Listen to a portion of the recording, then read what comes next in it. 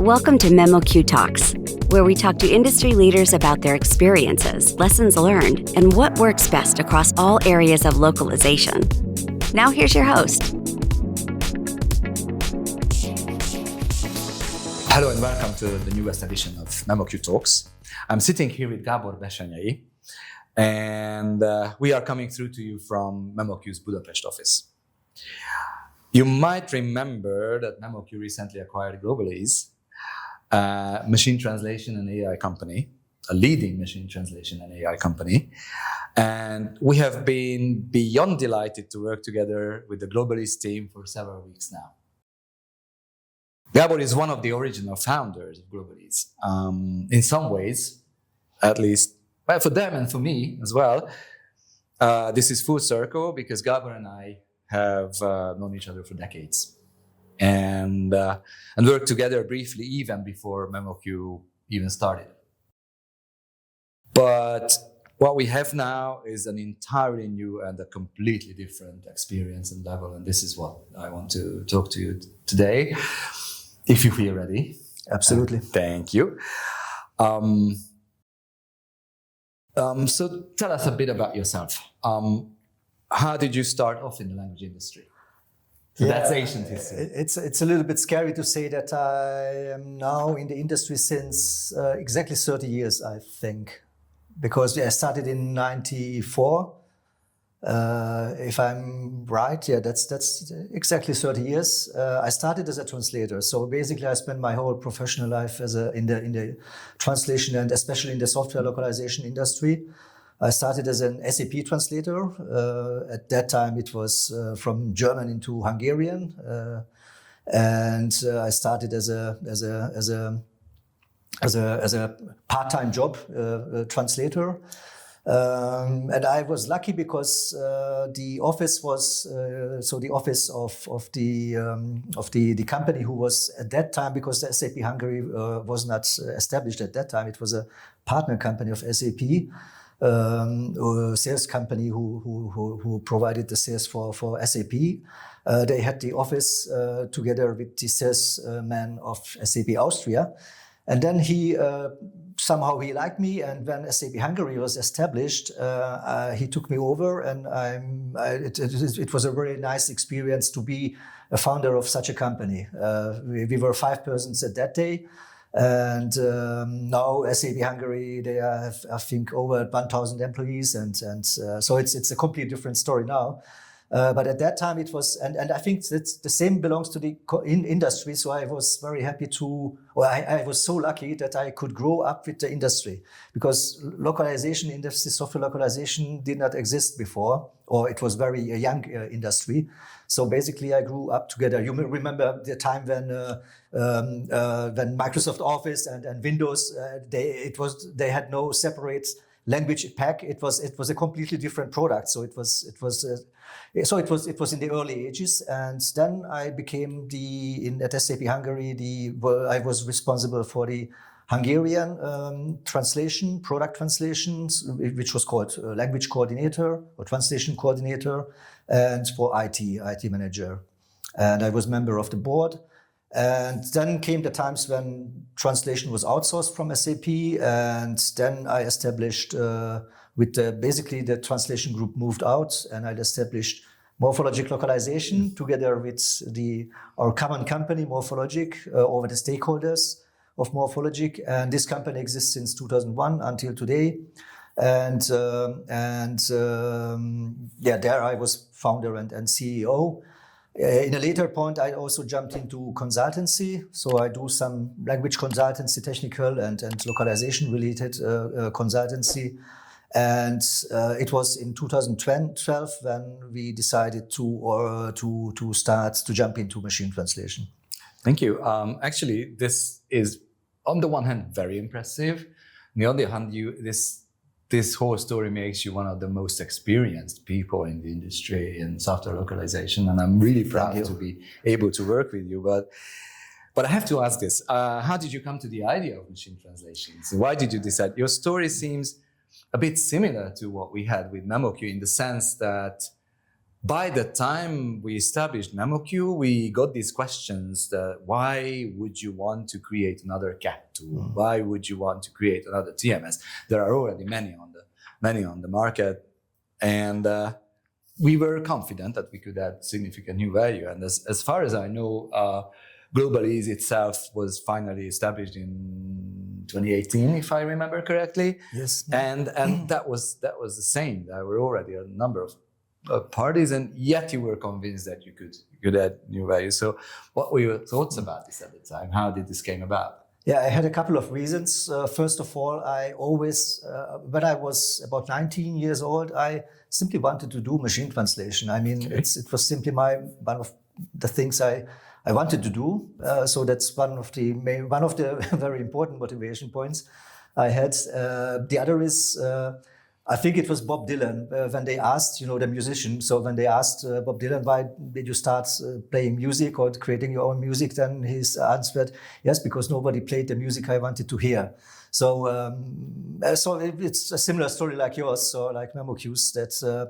And it was not exactly 2000. It was 2018 was already when we separated Globalese as an entity. Actually, the machine translation development started already in 2012. At that time, it was Moses based. I remember that. Yeah. Some of you might remember the older ones, the statistical phrase based system. Basically, we felt there is a gap in the option for customization of machine translation. That was always our main focus, to create a system, a platform which enables users to train custom engines based on your own training data, focusing on your own content, providing good translation in a specific domain. And at that time when we started, I think that was a kind of gap. And I think this is still something, a very specific field, where it's always there's some room for improvement, and this is still our main focus. You for the most part, I think you answered my next question, but it would still be great if you could actually recap what the strong points are in Globalese, what makes it special as it is today, as it exists today. Yeah, what we had in mind is to create a system which where you don't need any specific engineering skills.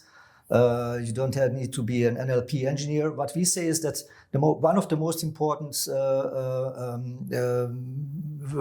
part of to get a good results is the training data itself.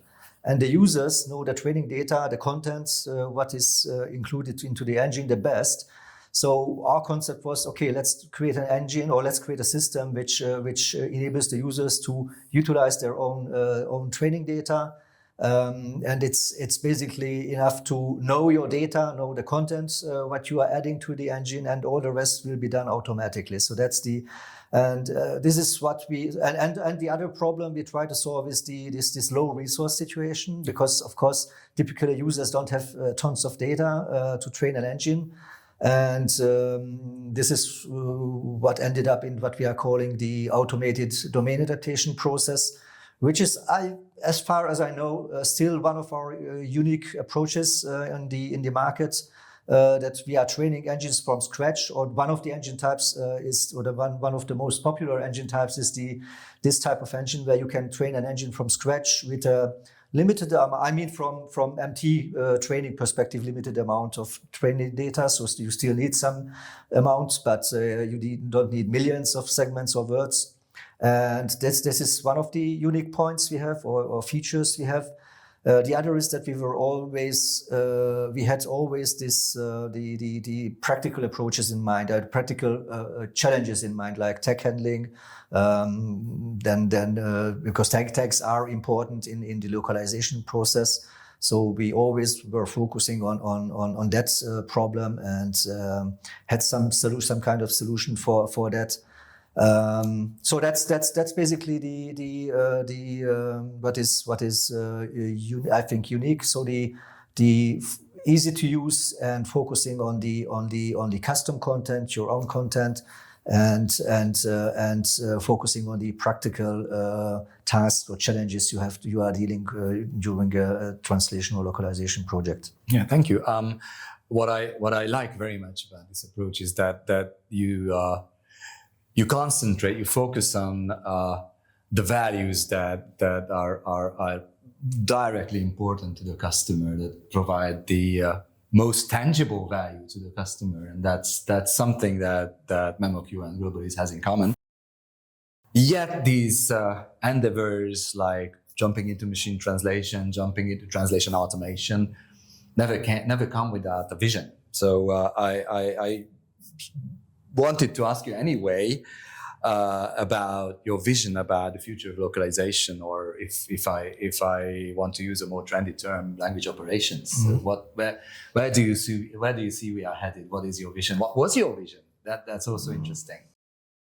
Yeah, I see. So I see two trends, or two important parts. So one is the technology itself, the pure background technology, like the neural MT networks, then the large language models. And this technology, of course, it will develop and it will evolve. It will be better from day to day. But I feel that this is. So we are, or the industry is focusing too much only on that part. And the other parts, the data part, is as important, and data and process part, I would say both, not only the data, because data, of course, is very important, but the process, how the data is gained, how is it integrated, that's at least as important than the technology itself. And this is why I'm really happy about this our common that we are now going the same road, and we are now in one company, because deep integration with a CAD tool, with a TMS system, enables us to open up opportunities which were not possible before. Going really deep on tag level, on very technical level, on different metadata level. I think this is one of the most important new features or new options we will have. Of course, this is mostly important in the professional translation scenario. So I'm not speaking about the generic translation, which is, let's say, for example, for translating any generic content, but for the professional translation scenario, these are, in my opinion, the most important steps.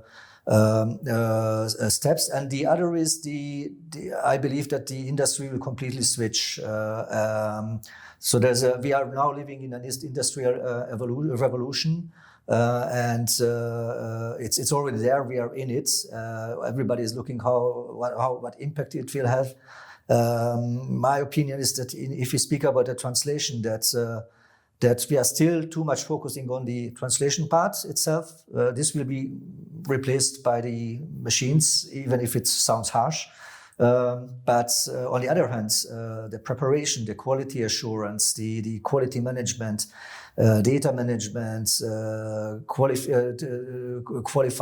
qualifying, tagging data, etc. And the quality assurance before and after the project, that will be the focus of the translation process. I tend to agree with you, and I would love to have another discussion, maybe in a wider circle, about the philosophy of this. But I also think that we have this paradox about this process that we find ourselves parts of. Because on the one hand, yes, everything is becoming more and more automated. So much so that they say that translators and project managers will have to become language engineers or data engineers in addition to everything else they do. But then again, we need the data. We need to think about where the high quality human source data will come from if everything is produced automatically. And that is, I think, the biggest paradox of the industry at the moment. And I don't think we have all the answers right now, which makes it all the more exciting, obviously. Yeah, absolutely. Let's turn to the practicalities, to the here and now. So you have been running Globalese for 6 years, and now you find yourselves working in the trenches with memoQ. And what convinced you that the merger with memoQ would be the best way forward for yourselves and for your customers? Yeah, there are many reasons. One reason, which what I already mentioned, is so to me personally, this was basically, I can say it was the dream scenario. I mean, for going to be able to do the next steps. What I mentioned, the options which the integration with the TMS system is opening up. The other is, of course, that we are now being in a bigger organization. Helps simply to focus on the right stuff, and you don't need to concentrate on marketing, on sales. So that will, to me at least, it will be a big relief too, that I can put away some responsibilities and can focusing more on the real stuff. So that's basically why I was happy to start discussion with you and ending up here. So thank you. And actually, I feel very, obviously I'm not independent from memoQ, as everybody knows. This makes me feel honored, because these words come from someone who is one of the best brains and the best respected people in the industry. So, and I can also share that we feel delighted to see the new colleagues finding their footing in the new organization, which is very promising. Yeah, thank you. And sorry, just one word, as like you mentioned, is so it was also you mentioned that we are circling up. So it's also a cultural match, I think. I mean, we are in the same industry, same country even, so we know each other. So this is, of course, helping. This helps a lot in the integration process. So it's much easier than going into a big into a big enterprise, for example. That would be a completely different story. Yeah, it's interesting, because that reminds me of a car ride that we took together a couple of weeks ago, where we were. The biggest topic on the road was that we simply don't believe that we are working together again, and that still feels in a way surreal. But it's also means a host of opportunities, and we are hoping for the best. But yeah, we are sitting here one day after we announced this publicly, but it's no secret that we have started this process, as we already mentioned, this process together several months ago. What was your experience with the process? How does it compare to how you imagine the merger and acquisition process? Everybody has some image, some idea of how this goes. So what was your experience this time? Yeah, it was first of all, it was a very interesting experience. I mean, simply as a professional experience, it was very amazing as going through the different steps and be a part of it. That was I'm happy to have this experience, that I have now this experience. It was a hard work. It's real hard work. I must say that. And even in the so it was basically a friendly deal, I would say, because of the facts that we know each other, we are close, we have some history together. So it was a kind of very friendly process of discussion and of discovery process. But still, it was hard work. So I can imagine if it would be another situation with, for example, with an enterprise, that would have been even more harder. So and it was hard enough that way. But yeah, so that's basically the experience, that it's damn hard. Yeah, it is hard, and imagine that in a larger scale. Yes. And there are some. I'm pretty sure that there are some in the audience who have this experience and can relate to what you just said. And thank you very much for bearing with us and going through the process. I think we touched on this briefly before, but I have to ask this: how, because, like we said, there's a number of reasons why we agreed to do this deal together, but you wouldn't have agreed if this didn't fulfill your vision. So how do you think it fulfills your vision of where Globalese should go? This cooperation, I mean. Yeah, in any extent, because as I mentioned, it was really so the TMS. So we had basically two options for I mean, if it's about in which direction to go. One option could be, or one logical option could have been an LSP, a large LSP, for example. But that scenario, it's interesting, but it's from the professional perspective that interesting to me. And as I mentioned, the TMS scenario, that's my dream scenario, because here we can really go into the details, and we can do something which I hope will be really something making it spark in the industry. I hope so. That's my ambition, at least, to do that. And I see here all the. So what was really what was important is to see that I have the understanding and feeling that we have a common vision in many extents, so that you are sharing that. That was very important to me to hear that and to get this feedback that it's not only my idea, or that it's not, but it's really a common goal and common vision. That was very important.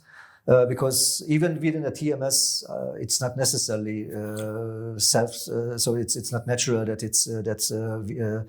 the understandings or the goals are the same. And this was really one of the main aspects or main points which convinced me.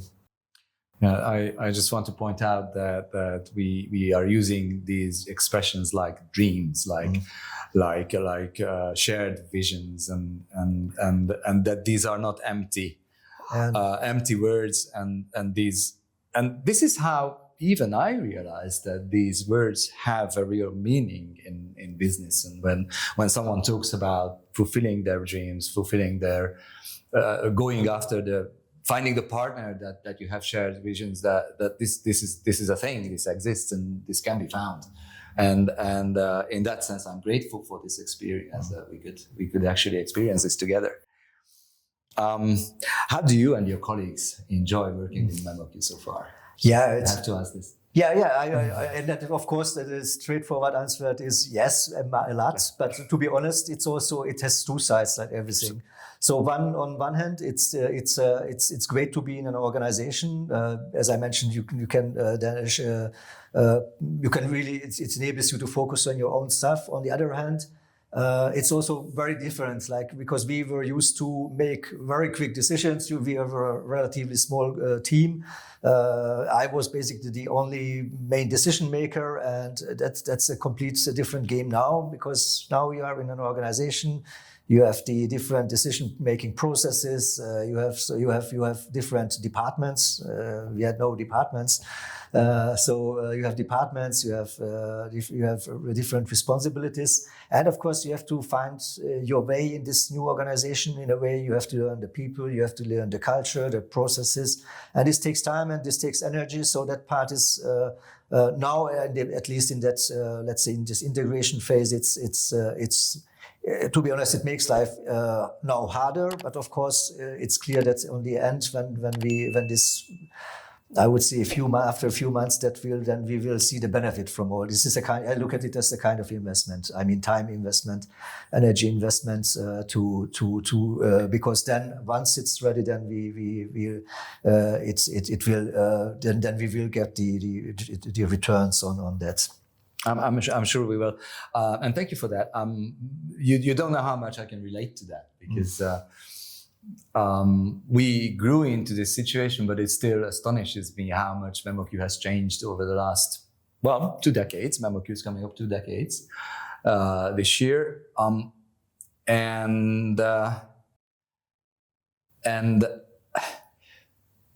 it's. Still astonishes me how we grew into this organization that has processes, has structure, has well over 100 people, much more than 100 people. Because if we look back 15 to 20 years, memoQ looked very much like Globalese. So no structure, no people. Well, apart from a few of us, I remember the time when the 3 founders were answering every support ticket. And we haven't forgotten that, and I appreciate what you are going through, and I'm grateful for that. But also my experience says that this is going to be successful, and we will be able to reap the rewards.